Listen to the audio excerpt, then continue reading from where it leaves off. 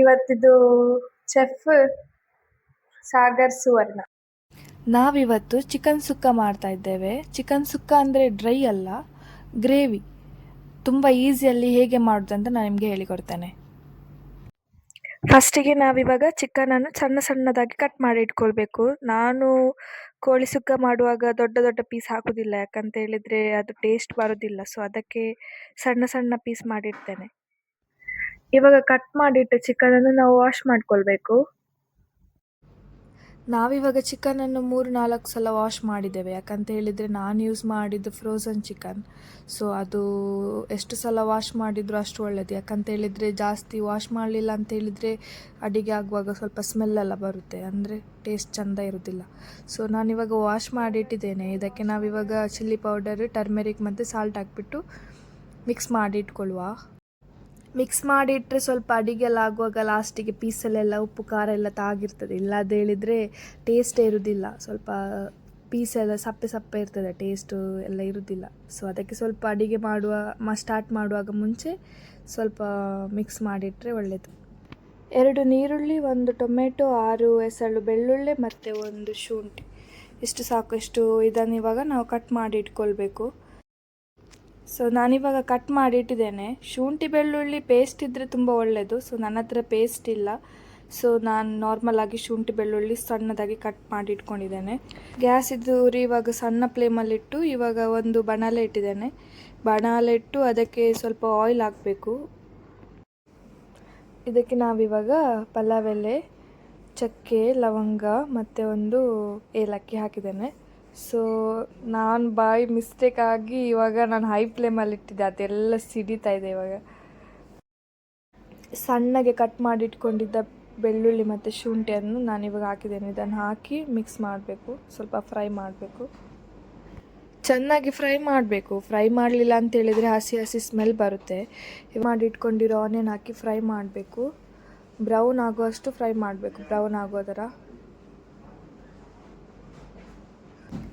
ಇವಾಗ onion full fry ಆಗಿದೆ ನೋಡಿ, ಇವಾಗ ಸ್ವಲ್ಪ ಬ್ರೌನ್ ಕಲರ್ ಆಗಿದೆ. ಕಟ್ ಮಾಡಿ ಇಟ್ಕೊಂಡಿರೋ ಟೊಮೆಟೊ ಹಾಕಬೇಕು. ನಾವು ಟೊಮೆಟೊ ಹಾಕಿ ಫ್ರೈ ಮಾಡಬೇಕು. ಫ್ರೈ ಸ್ವಲ್ಪ ಮೆದು ಆಗುತ್ತಲ್ಲ, ಅಷ್ಟು ತನಕ ನಾವು ಫ್ರೈ ಮಾಡಬೇಕು. ಸೊ ಇವಾಗ ಫ್ರೈ ಆದಮೇಲೆ ಇದಕ್ಕೆ ಸ್ವಲ್ಪ ಟರ್ಮೆರಿಕ್ ಹಾಕಿ ಸ್ವಲ್ಪ ಮತ್ತೆ ಫ್ರೈ ಮಾಡಬೇಕು. ಯಾಕಂತ ಹೇಳಿದರೆ ಟರ್ಮೆರಿಕ್ ಹಾಕಿದರೆ ಸ್ವಲ್ಪ ಹಸಿ ಸ್ಮೆಲ್ ಬರೋದಿಲ್ಲ. ಸೊ ನನಗೆ ಜಾಸ್ತಿ ನಾನ್ ವೆಜ್ಜಿಗೆ ಟರ್ಮೆರಿಕ್ ಜಾಸ್ತಿ ಹಾಕಿದರೆ ಸ್ವಲ್ಪ ಸ್ಯಾಟಿಸ್ಫ್ಯಾಕ್ಷನ್. ಸೊ ನಿಮಗೆ ಬೇಕಾದರೆ ನೀವು ಹಾಕಿ. ಇಷ್ಟಾದಮೇಲೆ ಇವಾಗ ನಾನು ಮ್ಯಾರಿನೇಟ್ ಮಾಡಿ ಇಟ್ಕೊಂಡಿರೋ ಚಿಕನನ್ನು ಹಾಕಿದ್ದೇನೆ. ಚಿಕನ್ ಹಾಕಿಬಿಟ್ಟು ಸ್ವಲ್ಪ ಸರಿಯಾಗಿ ಮಿಕ್ಸ್ ಮಾಡಿ ಆದಮೇಲೆ ಕ್ಲೋಸ್ ಮಾಡಿ ಒಂದು 10 ಮಿನಿಟ್ಸ್ ಬೇಯಲಿಕ್ಕೆ ಇಡಿ. ನಾವಿವಾಗ ಗ್ರೇವಿಗೆ ರೆಡಿ ಮಾಡುವ. ಸ್ವಲ್ಪ ಕ್ಯಾಶ್ಯೂ ಮತ್ತು ತೆಂಗಿನಕಾಯಿ ತುರಿ, ಸ್ವಲ್ಪ ಅದಕ್ಕೆ ನೀರು ಹಾಕಿ ಚೆನ್ನಾಗಿ ಗ್ರೈಂಡ್ ಮಾಡುವ. ನೀವೇ ನೋಡಿ ಇವಾಗ ಗ್ರೈಂಡ್ ಆಗಿದೆ. ಸೊ ಇದನ್ನು ಸೈಡಿಗೆ ಇಡುವ. ಮತ್ತು ನಾನು ಹಾಗೆ ಒಟ್ಟಿಗೆ ರೈಸ್ ಸಹ ಮಾಡಿಟ್ಟಿದ್ದೇನೆ. ಸೊ ಇವಾಗ 10 ಮಿನಿಟ್ಸ್ ಆಗಿದೆ. ಇವಾಗ ಚಿಕನ್ ಸ್ವಲ್ಪ ಬೆಂದಿದೆ. ಸ್ವಲ್ಪ ಬೆಂದಾದಮೇಲೆ ಇದಕ್ಕೆ ನಾವು ಚಿಲ್ಲಿ ಪೌಡರ್ ಹಾಕಬೇಕು. ನಾನು ಚಿಲ್ಲಿ ಪೌಡರ್ ಯೂಸ್ ಮಾಡ್ತಿರೋದು ಮನೆಯಲ್ಲಿ ಮಾಡಿದ್ದು, ಹೋಮ್ ಮೇಡ್. ಇದರಲ್ಲಿ chilli powder with garam masala ಮತ್ತು ಕೊರಿಯಂಡರ್, ಜೀರಾ ಎಲ್ಲ ಇನ್ಕ್ಲೂಡ್ ಆಗಿದೆ. ಸೊ ಎಲ್ಲ ಸೇರಿ ಪೌಡರ್ ಮಾಡಿ ಇಟ್ಕೊಂಡಿದ್ದೇನೆ. ನನಗೆ ಇವಾಗ ಎಷ್ಟು ಬೇಕು ನಾನು ಅಷ್ಟು ಯೂಸ್ ಮಾಡ್ತಾ ಇದ್ದೇನೆ. ಸೊ ನಿಮಗೆ ಎಷ್ಟು ಬೇಕು ನೋಡಿ. ಸೊ ನಿಮಗೆ ಸ್ಪೈಸಿ ಬೇಕಾದರೆ ಜಾಸ್ತಿ ಹಾಕಿ, ಸ್ಪೈಸಿ ಬೇಡ ಅಂದರೆ ಸ್ವಲ್ಪ ಹಾಕಿ. ಚಿಲ್ಲಿ ಪೌಡರ್ ಹಾಕಿದ ಮೇಲೆ ನಾವಿವಾಗ ಮಿಕ್ಸ್ ಮಾಡಬೇಕು.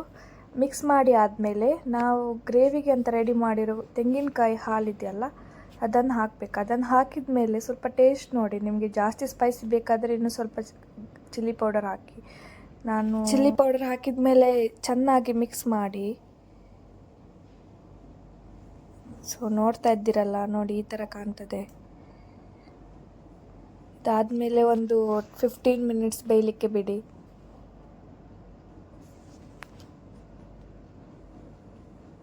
ಇವಾಗ ಕೋಳಿ ಸುಕ್ಕ ಗಸಿ ರೆಡಿಯಾಗಿದೆ. ಸೊ ಕೋಳಿ ರೊಟ್ಟಿಗೆ ತುಂಬ ಚೆಂದ ಆಗ್ತದೆ, ತುಂಬ ಟೇಸ್ಟಿ ಇದೆ. ಸೊ ತುಂಬ ಲೇಜಿ ಇರೋರಿಗೆ ಬೇಗ ಚಿಕನ್ ಎಲ್ಲ ಮಾಡಬೇಕು ಅಂತ ಇದ್ದರೆ ಒಂದು 10 ಮಿನಿಟ್ಸಲ್ಲಿ ಮಾಡ್ಬೋದು.